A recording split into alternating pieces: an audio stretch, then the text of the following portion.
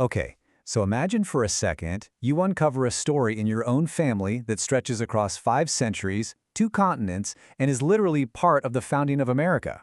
Well, that's exactly what we're diving into today.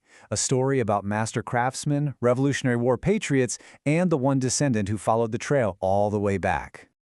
So this is Cheryl Lea Vassaur, and her absolutely wild 500-year historical quest, it didn't start in some dusty old library.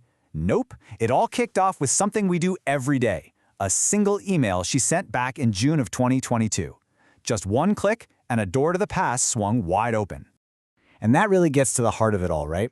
I mean, it's one thing to trace your family tree, but what happens when you find out your ancestors weren't just around for history, they were actively building it? That's the journey we're on. So, our story really starts with the search itself. You got to think of it like a real-life detective story, with Cheryl following this amazing trail of clues that took her from her home in Utah, all across the US, and all the way back to France in the 1500s. And listen, this was not some simple Ancestry.com search. No way. Cheryl's journey was all about dedication. We're talking research trips through Arkansas, pilgrimages to Quebec and Normandy, and hitting up historical conferences. But the real high point? Actually holding the family Bible. That's a moment when centuries of history just become real. All right, now let's hit rewind. We're going to leave the modern-day search for a minute and go way back to the family's roots as this dynasty of incredible artisans who made the huge leap across the Atlantic to North America. The level of skill in this family is just astounding. It all starts way back in the 1590s with Noël LeVasseur in France. Then, by 1651, his grandson Pierre brings the family business, so to speak, over to Quebec. And by the 1700s, his son, Pierre Noël, becomes the most famous sculptor in all of New France. For them, this clearly wasn't just a job, it was a legacy. And right here, this is the pivot point for the whole story. Out of all of Pierre Noël's sons, only one, Stanislas, decides to take that incredible generations-old family talent and head south, into the land that was about to become the United States. He's the one who connects these two worlds. So now we get to the man himself, Stanislas LeVasseur. He's really the heart of our story. And he doesn't just show up as a craftsman, he becomes a pillar of the American frontier, building a life that was about both amazing art and public service. And this is his masterpiece, the very altar that gave this story its name. Just look at it. It's made of black walnut and lindenwood, held together with nothing but wooden pegs. And get this, it survived for over 250 years, weathered 6 major floods, and it's still being used today. That's a legacy you can literally see and touch. But Stanislas was so much more than just a guy who was good with wood. He shows up with his tools, sure, but he pretty quickly becomes a leader. He gets elected magistrate, a huge position of trust. And then he becomes a patriot, fighting for the American Revolution. He wasn't just building furniture, he was building a country.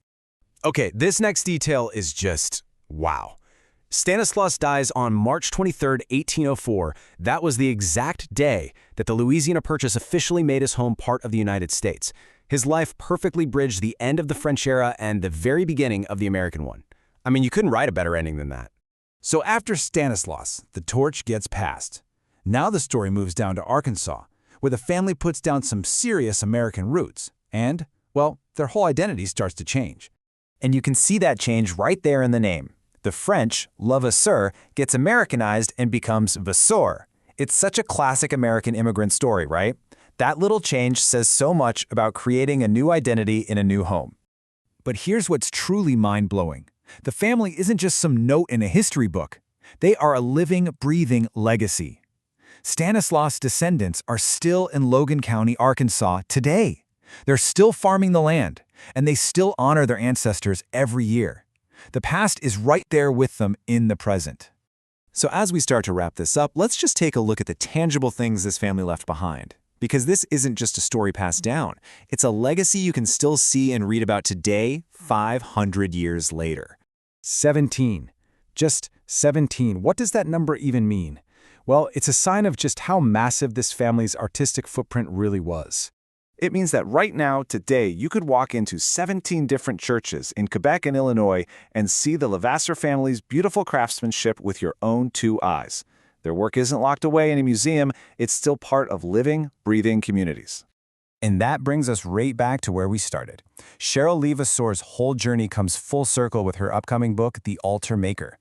The story that started with a simple email is now going to be shared with the whole world, making sure this incredible 500-year history is never lost. The Vassaur family's story is American history. And it just goes to show you, behind every family name, there are these amazing stories just waiting to be found.